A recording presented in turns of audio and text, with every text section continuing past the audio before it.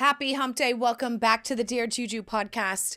The glamorous, unfiltered, unedited, just lying, it's fucking edited, stream of consciousness straight from the world of Juju. It's spiritual, it's magic, it's glamorous, it's real, it's foul, it's vulgar. It's fucking fabulous. Hello world. Come inside the Dear Juju Podcast. Okay, so my friend said something the other day that really got me thinking. She said, you know what? I really want to start focusing on health. And I was like, focusing on health, like the way that was reframed. Now, let me tell you, as a professional dancer, nobody had a better body than me, honey. I was snatched to the eons. I would wake up in the morning. I would have a protein shake. I would run Runyon Canyon with ankle weights and with wrist weights. Why? Because I'm team DTM, doing the most. Then I would spend all day dancing or running errands or doing what I needed to do if I wasn't in work. Then at night, every single night, I would go to the gym.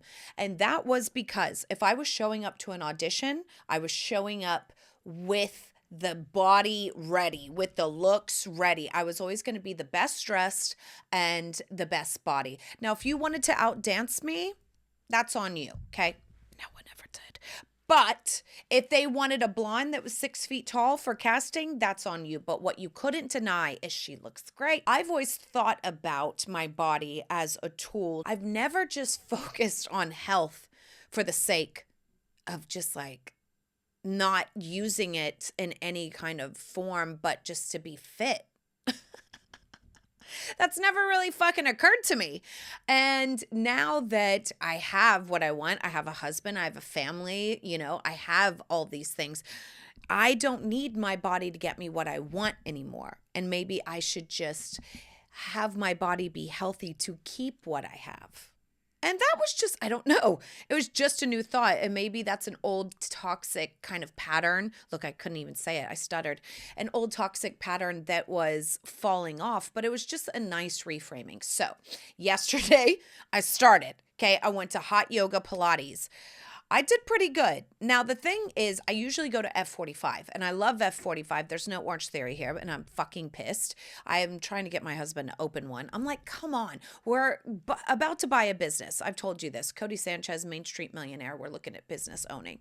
But I was like, can we please just own an Orange Theory so I can work out? He's like, yeah.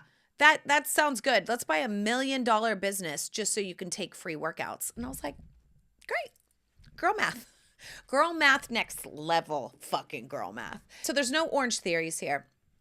There's only an F45 that's 5 minutes away, and it's good because it's less cardio and more based on like lifting. And as you get older, you kind of need to lower that threshold of high intensity and need to just focus on the weightlifting, right? But the thing is that they have no mirrors. And they do this intentionally. I think it's part of like their program not to have any mirrors. You know what? Let's give it a googs and see why. Why does F45 have no mirrors? F45 does intentionally not have mirrors to eliminate ego and judgment. Blech. Foster a supportive community where members focus on their body's movements and the feeling rather than the appearance. By removing distractions, the focus shifts a mind-muscle connection, allowing trainers to ensure proper technique and prevent injuries that can occur from awkward neck or spinal positions often adapted by looking in the mirror. This mirror-free environment builds confidence, promotes internal strength over external looks, and creates a safer, less competitive atmosphere. Let me tell you, I cannot fat shame myself without the mirror. Also, I have no guide. When I have a mirror, I can say, oh, I'm starting to look good. I'm starting to see results. Okay, I'm going to start doing it more. Or when I don't have a mirror, I can't look at myself and go, oh, bitch, you've let it slide a little too much. You need to keep it cute and put the choo-choo on mute. But this hot yoga has mirrors, and oh, I saw it yesterday, and I said, excuse me, I'll be right back with you, to myself. And I was like, I'm going to go focus on my health just for the sake of focusing on my health and getting it together. Okay, so that's what I've been doing. I'm on day 2. Let me tell you what happened today. This morning, I gave it the old heave-ho, as they say. I'm trying to get up and run or walk and have a beautiful morning before the fucking family wakes up, and give it just to myself and listen to something beautiful, appreciate nature, and just have a moment. Let me tell you, I gave it the heave-ho for real, because this hoe was heaving and and it's actually not so much the workout. Like, I got through the run pretty fast. Like, my muscles have muscle memory. I definitely needed to walk, but they say that that's better for you anyways. But it's the aftermath. Now I'm fucking exhausted. I was like, what time is it right now? I shoot this the day before. It's 2:00. My kids are about to be home from school, honey. And I got home at what time? I got home at 7:30. I know. It's taken a while to get into this mode where I can actually function. I was like, okay, I need to have another cup of coffee. I had another cup of coffee. Maybe I need to have a bath. I had a bath. And I was like, maybe I need to eat something. And then I saw a old baguette in the kitchen, and I was like, oh, I'll make breadcrumbs. Like, we think my son might have the ADHD. And I'm like, where does he get it from? Bingo. Apple does not fall far from the tree. I don't know if I was procrastinating or just tired. I was like, I don't want to have a bad podcast. So I'm just waiting for the feels. I also have to tell you the fucking craziest story. There's this old house that I run at. And the house is from the Gregorian times. You know, I'm not really a history buff. Yes, it was the Georgian era. You know, history's kind of weird, because here I am running and I'm seeing this house that was built in the 1700s with these statues. And I don't know if it was because it was early in the morning or because it's almost October. And I feel like the veil was very thin. And I was looking at these statues and these people and just going like, wow, this is so crazy. There was probably so many parties here. You know, there was probably people just like left. They were probably doing mischievous stuff here. They were probably like, were they loving life and pondering life the way I am? Like, I was thinking about them while I was around this really old building, because it's really cool to be around so much history. And I feel like we don't have that as much in the, you know, in the US. Now, I went to go take a picture of the house, and I'll show you the house right here, okay? And I went to go take this picture, and I took it. I took that picture. And as I looked down, you know, when you take it on Instagram stories, it clicks, right? And as I looked down to write text, nothing had clicked, nothing had changed, but this picture came up. And I was like, did not touch anything else. And it captured that moment that was in between whatever worlds are happening and going on. So I believe. And I had to retake the photo because clearly I didn't get it. I screenshotted it because I was like, what? And I could feel a presence. It was very strange. It was very odd in my run, and it didn't scare me or anything. And it was a beautiful day with the sun shining. And I thought, oh, you know, they're probably out enjoying the day as well. They're probably like, look how gorgeous it is here. That has just stayed with me all day. And I felt a little like, I don't know, odd all day. So that happened.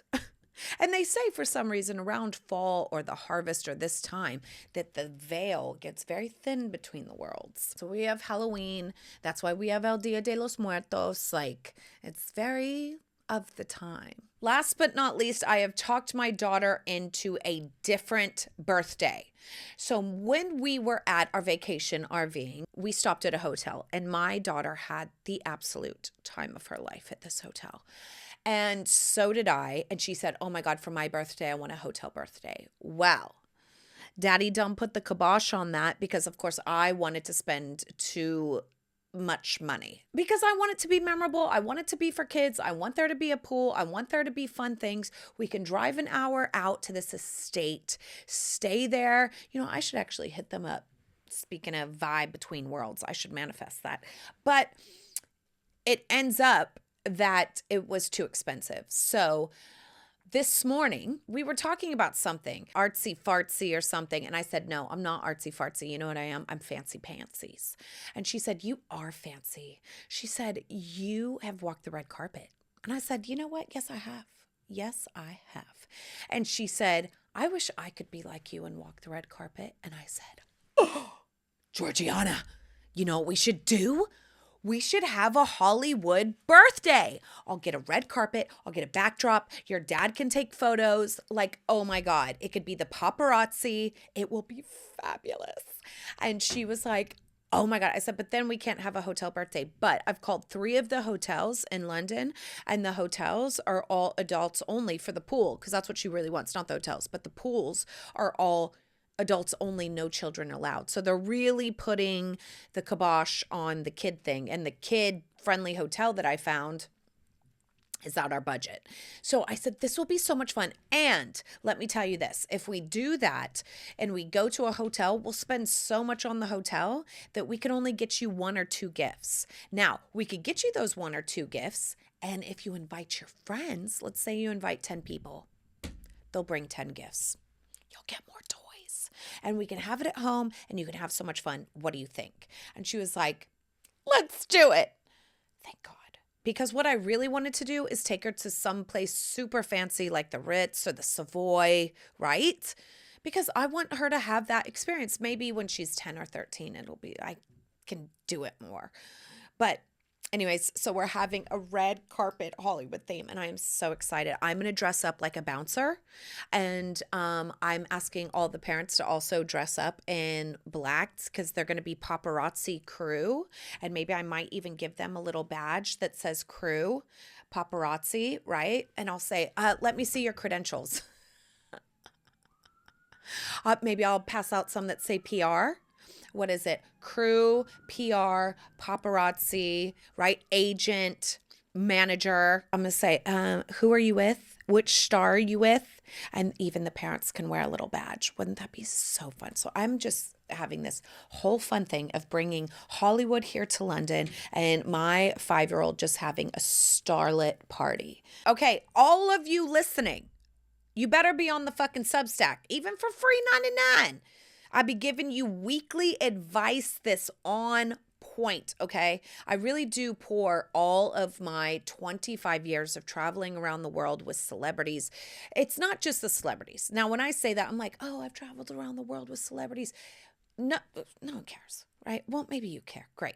But it's not that. It's the access and their whole universe that I have access to. So their hairstylist, their makeup artist, their stylist, everyone who's around them is also the best in their fields. And what we do is we absorb each other and bounce off each other. Even just as a backup dancer, those were my best friends, like on tour. So it's just not just the access of being around celebrities, but what you have access to, the people, the artists, the talent, and then of course the traveling and the places that we got to go was so super fun. So my 25 years of knowledge and curation of everything in lifestyle is packed into these show letters. Anyways, join my Substack. You'll learn all about it. Let's get into some Q&A with some TNA. Dear Juju, what is the one classy thing people pretend to love, but you secretly think is tacky? Wearing the big H Hermes belt, wearing the GG belt. I don't really like belts that have label whores on it. Like if you're a cool girl, you don't show the label. You're wearing something sick. You're wearing an art piece from them. Do not wear their monogrammed logo.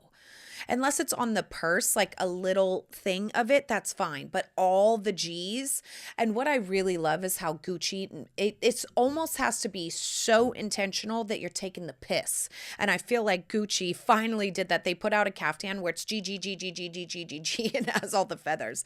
But would I ever wear that? No, because I would always rather wear something that looks like art than a label. Pick something more artistic. Pick something more that represents the construction of good clothes. Don't just fucking slap on a Hermes belt. I think it's so tacky. I hate it, actually. Or pick one that doesn't have the H. Oh, you wouldn't do that? Why? Because you love the flash and you love the bling. Because you're tacky. Trying to hide it as expensive. I said it. Dear Juju, which cocktail best describes your love life right now? Wow. An Alabama Slammer. Let's find out what's in it. An Alabama Slammer is a cocktail made with amaretto, Southern Comfort, sloe gin, and orange juice. Ooh, that actually sounds really good. That's about right, okay? We have the sweet from the orange juice. We have the sloe gin. We have the Southern Comfort right here, baby, Texas. And what was the other one? Amaretto. And I'm also Italian. My husband is the slow and the sweet with the juice, and together it just makes an Alabama Slammer. I mean, it's supposed to be Slammer, but I say Alabama Slammer. And yeah, that pretty much describes our love life. It sounds sweet. It's served up always, and delicious. Dear Juju, if your diary got leaked tomorrow all over the internet, what is the one page you'd pray no one read? Nope, not one. You can read it all. Why do you think I'm here doing this podcast? Let me tell you, I'm such an open book. Like, if you're even like an acquaintance that I just met and you're like, girl to girl, obviously, in the appropriate time, can I see the inside of your vagina? I'd be like, yeah, what you want to see? What you got? Does this look good? What do we like? Why? What do we work? Like, I am just an open book. I don't know if I exactly would do that, but I am just an open book. Like, everything about my life, I don't think it's very secret. I don't think it's special. I think what I go through is pretty human, and I'm open about the way I feel and all of it. I'm very transparent. I think what you're meaning to say is like, what is maybe a time in my life that I'm not proud of? I would say a few years ago, my husband was battling addiction, and an addiction is a family disease. And I'm also an ACOA, adult child of an alcoholic. So the patterns that I was working from without fully understanding addiction, I got caught up in the circle of chaos and acted extremely erratically because the disease also affects the family. It makes them crazy, it makes you crazy, and everything just gets crazy. So I would say that was a really, really dark point. And I was trying to hold on for dear life to my family. Oh my God, what's happening? I'm getting a little emotional.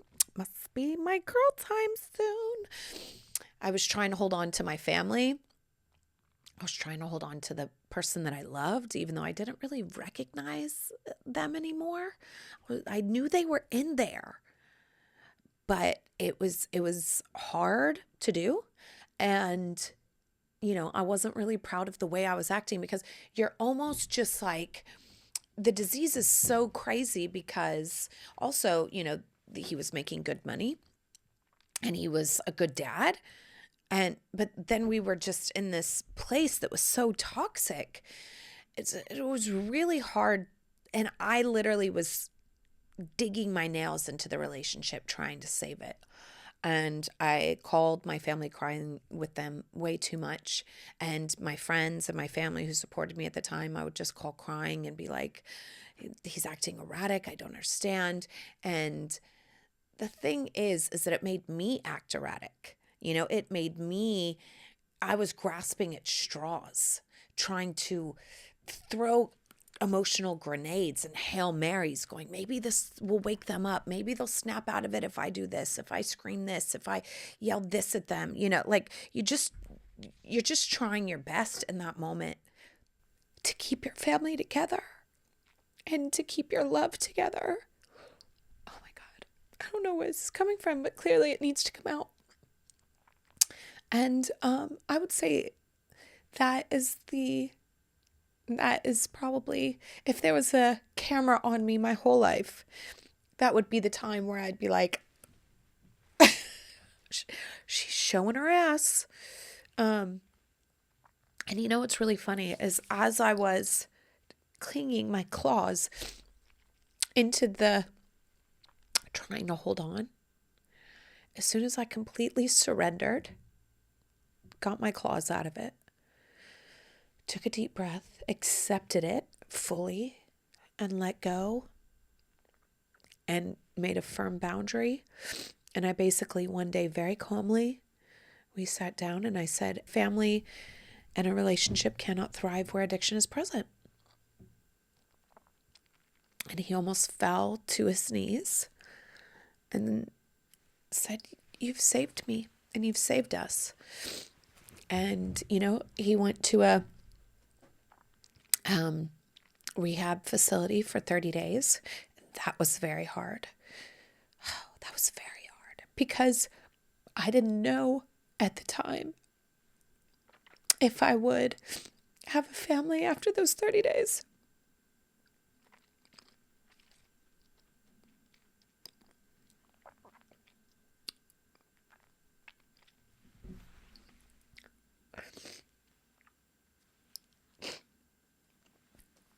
I didn't know if my kids, you know, would be growing up in the household that I saw them, and I was repeating the patterns that I so wanted to avoid. And there I was, repeating them and doing the same thing and possibly causing them all the pain that, you know, I grew up with. But he was amazing.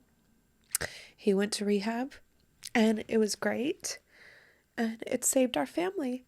And in 6 weeks, I think this will be his 3rd year sober. And in that letting go, our life now genuinely feels like a fairy tale. And we have such a beautiful relationship and such a spiritual bond that's so connected now and deep. Because when you go through something like that, you come out the other side, you know, you really feel like you have a partner in something real.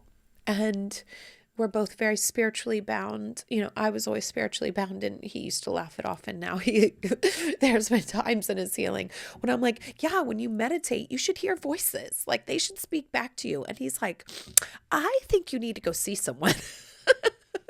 I'm like, no, the voice told me. And he's like, okay, cuckoo, Juju, cuckoo.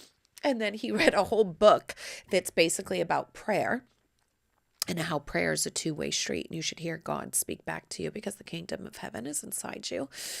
And there's other things that, you know, metaphysics, it doesn't matter exactly what you do or don't believe in. Every book basically says the same thing, or science or spiritual teaching says that we are the extension of God or the universe or whatever you want to call it. And he read a whole book about how you should be hearing back. And he was like, oh shit, you were right. And we talk about things now and it's, you know, so much better and we're so much healthier. And I just want to say one thing about that is that in putting a boundary, I should put it up a little sooner, but you know, you can't shit all over yourself.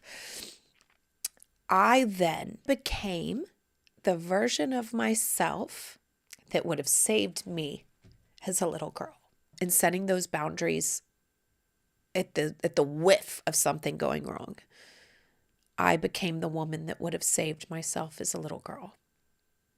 And that is powerful and beautiful beyond measure.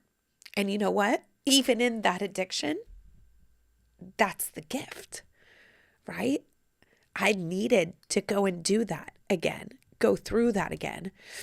But as somebody with a fully formed prefrontal cortex who could make decisions of what they would and wouldn't stand for in life, because I needed to prove to myself that I would be the kind of woman that would save myself from that.